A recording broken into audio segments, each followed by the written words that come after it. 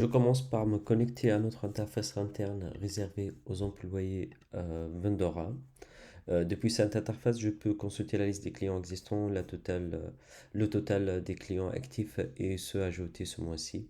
Je clique maintenant sur client et puis Add New Client. Donc, en ce moment, je clique sur Create Client.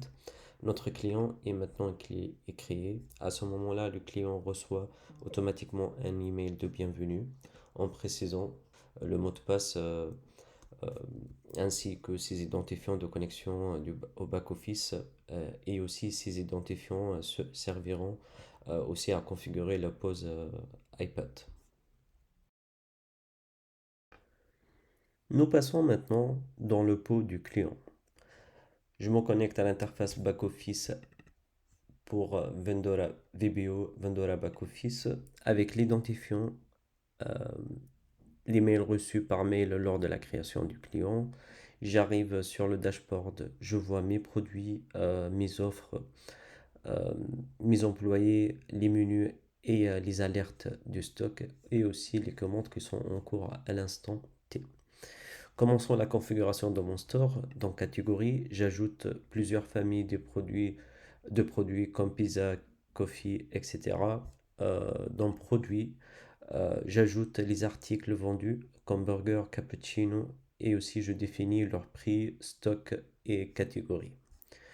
Dans employés, je peux rajouter les serveurs, les managers à la création et en plus à la création de chaque menu. Un email est envoyé automatiquement contenant leur identifiant pause ainsi un code PIN à 4 chiffres. Donc là, par exemple, on a aussi la fonctionnalité pour ajouter des menus euh, dans laquelle où je regroupe des produits pour créer une formule spéciale. Donc si je clique Save, donc on a bien un nouveau menu de bienvenue à 10 dinars. Enfin, des offres. Dans la fonctionnalité offre, je peux créer des promotions valables entre deux dates euh, qui sera géré automatiquement pour l'affichage des produits dans la pause. Donc par exemple là, offre spare et offre, ils sont plus disponibles, ils sont inactifs. Et là, on a bien une offre Ramadan qui commence le 8 jusqu'à le 17. Bien sûr, on peut supprimer des offres ou bien modifier. On peut aussi modifier les dates. Maintenant, tout est prêt. Mon magasin est bien configuré. Passons maintenant aux pauses. Maintenant, je lance l'application sur iPad pour le pause. Lors de la première installation, on demande d'entrer l'adresse email et le mot de passe du back-office. Ce sont exactement les mêmes identifiants que ceux envoyés par email au gérant lors de la création du compte.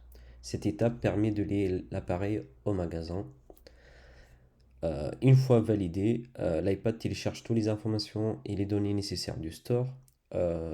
Désormais, à chaque ouverture de l'app, on arrive à l'écran de sélection employé comme celui-là.